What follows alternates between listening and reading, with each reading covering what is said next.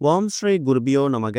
ஓம் ஸ்ரீ மகா பெரியவா சரணம். வரும் டிசம்பர் 8ஆம் தேதி திங்கட்கிழமை சோமவாரத்துல வரக்கூடிய சங்கடகர சதுர்த்தி. இப்போ நாம சொல்லக்கூடிய இந்த ஒரு வேரை பயன்படுத்தி ஒரு தீபத்தை ஏத்துறதால வாழ்க்கையில எக்கச்சக்கமான சுபிஷங்கள் ஏற்படும். அது என்ன வேர், அது எப்படி பயன்படுத்தணும்னு பார்க்கறதுக்கு முன்னாடி நம்மளோட வீடியோஸை இப்போ நீங்க ஃபர்ஸ்ட் டைம் பார்க்குறீங்கன்னா மறக்காம சப்ஸ்கிரைப் பண்ணிக்கோங்க. தொடர்ந்து இது மாதிரி அப்டேட் தெரிஞ்சுக்கிறதுக்கு பக்கத்தில் நோட்டிஃபிகேஷன் பெல்லை கிளிக் பண்ணி ஆல் அப்படிங்கிற செலக்ட் பண்ணிக்கோங்க. இப்போ என்ன வேரை பயன்படுத்தி என்ன மாதிரி தீபத்தை ஏற்ற போறோம் அப்படிங்கிற பத்தி தெளிவாக தெரிஞ்சுக்கலாம். சங்கடகர சதுர்த்தி அப்படின்னாலே நம்மளுடைய சங்கடங்களை வேரோடு அறுக்கக்கூடிய, நீக்கக்கூடிய ஒரு அற்புதமான ஒரு நாள். இந்த நாள்ல விநாயகப் பெருமானை வழிபடுறது மட்டும் இல்லாம நம்மளுடைய துன்பங்கள், தடைகள், மனக்குழப்பங்கள் நீங்கி சுபிக்ஷம் ஏற்படும் அப்படிங்கிறதும் ஒரு மிகப்பெரிய நம்பிக்கை. பொதுவாவே சதுர்த்தி திதி அப்படிங்கிறது பௌர்ணமிக்கு பிறகு 4வது நாளாக வரக்கூடியது. சந்திரனை காண்பது ரொம்ப விசேஷம். விநாயகர் எந்த ஒரு காரியத்தை தொடங்குறதுக்கு முன்னாடியும் வழிபட வேண்டிய முழுமுதற் கடவுள். அப்படிப்பட்ட நல்ல நாள்ல விநாயகருக்கு உகந்த, அதுவும் திங்கட்கிழமை சோமவாரமாக இருக்கக்கூடிய இந்த நாள்ல ஒரு சிறப்பான தீப வழிபாடு நமக்கு வாழ்க்கையில் இருக்கக்கூடிய எல்லா விதமான தடைகளையும் தகர்த்து வெற்றிகளை ரொம்ப எளிதாக நம்ம பக்கம் கொண்டு வந்து சேர்த்துடும். அப்பேற்பட்ட சங்கடகர சதுர்த்தி எத்தனை மணிக்கு ஆரம்பித்து எத்தனை மணிக்கு முடியுது அப்படிங்கிறத நீங்க தெரிஞ்சுக்கணும். என்னதான் டிசம்பர் 8ஆம் தேதி திங்கட்கிழமை சங்கடகர சதுர்த்தியா இருந்திருந்தாலும் டிசம்பர் 7ஆம் தேதி, அதாவது ஞாயிற்றுக்கிழமை இரவு 11 மணி 24 நிமிஷத்துக்கு ஆரம்பிக்கக்கூடிய இந்த ஒரு சதுர்த்தி திதி திங்கட்கிழமை டிசம்பர் 8ஆம் தேதி இரவு 9 மணி 51 நிமிஷம் வரைக்கும் இருக்கு. மாலை ஒரு 5-6 மணிக்கெல்லாமே விநாயகர் கோவில்கள்ல அபிஷேகங்கள், ஆராதனைகள் நடக்கும். சதுர்த்தி வேலையில அதுல போய் கலந்துக்கோங்க. அது கூடுதல் சிறப்பு. நீங்க கோவிலுக்கு போறீங்களோ இல்லையோ, வீட்டுல சங்கடகர சதுர்த்தி நாள்ல பொதுவாவே தீபம் ஏற்றி வழிபடுறது வழக்கமான ஒண்ணுதான். ஆனா இன்னைக்கு நாம பார்க்கக்கூடியது சாதாரண திரி கிடையாது. வெட்டி வேற திரியாக பயன்படுத்தக்கூடிய ஒரு அபூர்வமான முறை. வெட்டி வேர் அப்படிங்கிறது ஒரு மூலிகை தாவரம். இதோட வாசனை மனதுக்கு அமைதியையும் குளிர்ச்சியையும் தரக்கூடியது. அறிவியல் ரீதியாகவும் ஆன்மீக ரீதியாகவும் இதுக்கு பல மகத்துவங்கள் இருக்கு. குறிப்பா பணப்புழக்கத்தை அதிகரிக்கிறதுக்காகவும் வீட்டில் இருக்கக்கூடிய எதிர்மறை ஆற்றல்களை நீக்கவும் இது ஒரு மிக சிறந்த தாந்திரிக பொருளாகவும் பயன்படுது.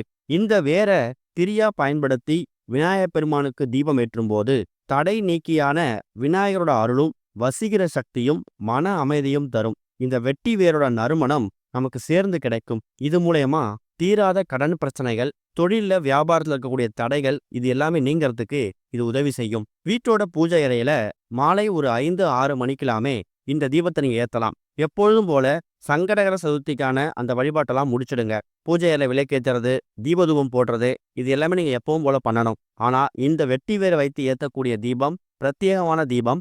அதையும் தினமும் ஏற்றக்கூடிய மற்ற தீபங்களையும் போட்டு நீங்க குழப்பிக்க வேணாம். இந்த தீபத்தை ஏற்றுவதற்கான தேவையான பொருட்கள் என்ன அப்படிங்கிறத முதல்ல நீங்க தெரிஞ்சுக்கணும். முதல் பொருள் சுத்தமான வெட்டி வேர். வெட்டி வேர் அப்படிங்கிறது நாட்டு மருந்து கடைகள்ல கிடைக்கும், இல்ல ஆன்லைன்லயும் கிடைக்கும். சின்ன சின்ன வேர்களா எடுத்து அதை சுத்தப்படுத்தி, ரொம்ப தூசியாவோ இல்ல மண்ணாவோ இருந்துச்சுன்னா அதை கழுவி சுத்தப்படுத்தி காய வைத்து நீங்க தயார் செஞ்சு வச்சுக்கணும். அடுத்ததா இந்த தீபத்துக்கு ஏற்றுவதற்கான எண்ணெய். அது நீங்க தினமும் பயன்படுத்தக்கூடிய தீப எண்ணெயையோ இல்ல பிரத்யேகமா தேங்காய் எண்ணெய் இருந்தனா கூட இதுல ஏதாவது ஒரு எண்ணெயை நீங்க பயன்படுத்திக்கலாம். இது ரெண்டுத்துல எந்த எண்ணெய் பயன்படுத்தினாலும் விசேஷம்தான்.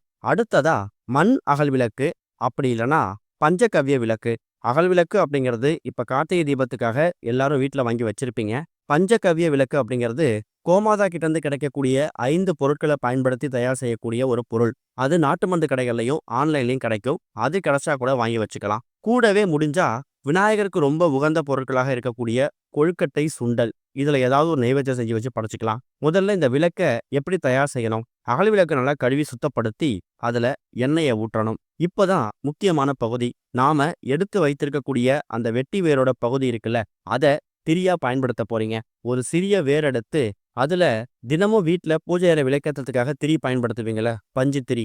அந்த பஞ்சு திரி கூட இந்த வெட்டி வேரோடையும் சேர்த்து நீங்க நல்லா முறுக்கி எடுத்துக்கணும். அதுக்கப்புறமா எண்ணெயில முழுவதுமா நனைய விட்டு அதுக்கப்புறம் இந்த தீபத்தை ஏற்றணும். அதாவது வெறுமனே வெட்டி வேரை மட்டும் ஏத்தாம பஞ்சு திரி இல்லைன்னா நீங்க பயன்படுத்தக்கூடிய திரியில அந்த வெட்டி வேரையும் சேர்த்து இருக்கிற மாதிரி பின்னிக்கணும்.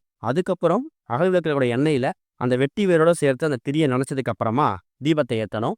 இந்த தீபத்தை விநாயகரோட போட்டோவுக்கு முன்னாடியோ இல்ல உங்க வீட்டோட பூஜை அறையிலையோ நீங்க மனமாற பிரார்த்தனை பண்ணிட்டு இந்த திரி மூலயமா தீபத்தை ஏற்றணும். சங்கடகர சதுர்த்தி நாள்ல மாலை வேளையில சந்திரன் உதயமாகும் நேரத்தப்ப இந்த தீபத்தை ஏத்துறது விசேஷம். அதுலயும் மாலை ஒரு 6:30 7 மணிக்கு மேல ஏத்துறது கூடுதல் சிறப்பு. இந்த தீபத்தை ஏத்தி வச்சுட்டு ஓம் விக்ன விநாயகா நமக அல்லது விநாயகரோட மூல மந்திரங்களை சொல்லிக்கிட்டே இருக்கணும். இந்த தீபத்தோட ஒளி நமக்கு வாழ்க்கையில இருக்கக்கூடிய எதிர்மறை இருளை போக்கி மகிழ்ச்சி, செல்வம், ஆரோக்கியம் இது எல்லாத்தையும் ஈர்க்க வேண்டும்னு மனசார பிரார்த்தனை பண்ணிக்கோங்க. சாதாரண திரி கூட இந்த வெட்டிவேர் திரிய போட்டு நீங்க தீபத்தை சங்கடகர சதுர்த்தி நாள்ல ஏத்தி வந்தா உங்க வாழ்க்கையில இருக்கக்கூடிய தீராத கஷ்டங்கள் மெல்ல மெல்ல நீங்குவதையும், வீட்டுல வசீகரம் அதிகரிப்பதையும், தேவையற்ற பயம், மனக்குழப்பம், பதட்டம் இது எல்லாம் குறைவதையும் நீங்க கூடிய சீக்கிரம் உணர முடியும். டிசம்பர் 8ஆம் தேதி அன்னைக்கு நீங்க இந்த சிறப்பான வெட்டிவேர் தீபத்தை ஏத்தி விநாயகப் பெருமானோட முழு அருளை பெற்று சகல நலன்களையும் பெறுவதற்கான அற்புதமான ஒரு வழிபாடு தான் இந்த ஒரு வழிபாடு. இந்த வெட்டிவேரை எதுக்காக பயன்படுத்தணும் அப்படிங்கறத நம்ம ஆரம்பத்துல பார்த்திருந்தோம். மருத்துவ ரீதியாகவும் மகத்துவ ரீதியாகவும் இது குளிர்ச்சியை தரக்கூடிய ஒரு பொருள்னு.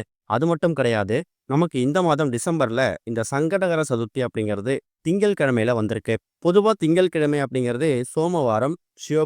சிவபெருமானோட வடிவங்கள்ல ஒன்றாக இருக்கக்கூடியவர் நடராஜர். நடராஜருக்கு வெட்டிவேர் மாலை சமர்ப்பிக்கிறது மூலயமா சிறுநீரக கோளாறு நீங்கும், உடல் உபாதைகள் நீங்கும், தேவையில்லாத பிரச்சனைகள், உடல் சம்பந்தப்பட்ட பிரச்சனைகள் இது எல்லாம் தீரும் அப்படிங்கிறது ஒரு பெரிய நம்பிக்கை. அப்பேற்பட்ட சக்தி வாய்ந்த சிவபெருமானுக்கு, அதாவது விநாயகரோட தந்தையாக இருக்கக்கூடிய சிவபெருமானுக்கு பயன்படுத்தக்கூடிய இந்த வெட்டிவேர் இருக்குல்ல, அது மூலயமா நீங்க ஒரு தீபத்தை சோமவாரத்துல வந்திருக்கக்கூடிய திங்கட்கிழமையில வந்திருக்கக்கூடிய இந்த சங்கடகர சதுர்த்தி அன்னைக்கு ஏத்துவது மூலயமா சிவபெருமானோட அருளையும் விநாயகப் பெருமானோட அருளையும் சேர்ந்து பெற முடியும். வெட்டிவேர் அவ்வளவு சீக்கிரம் எரியல, கொஞ்சம் திரியோட கலந்திருக்க மாட்டது அப்படின்னாலும் பரவாயில்ல.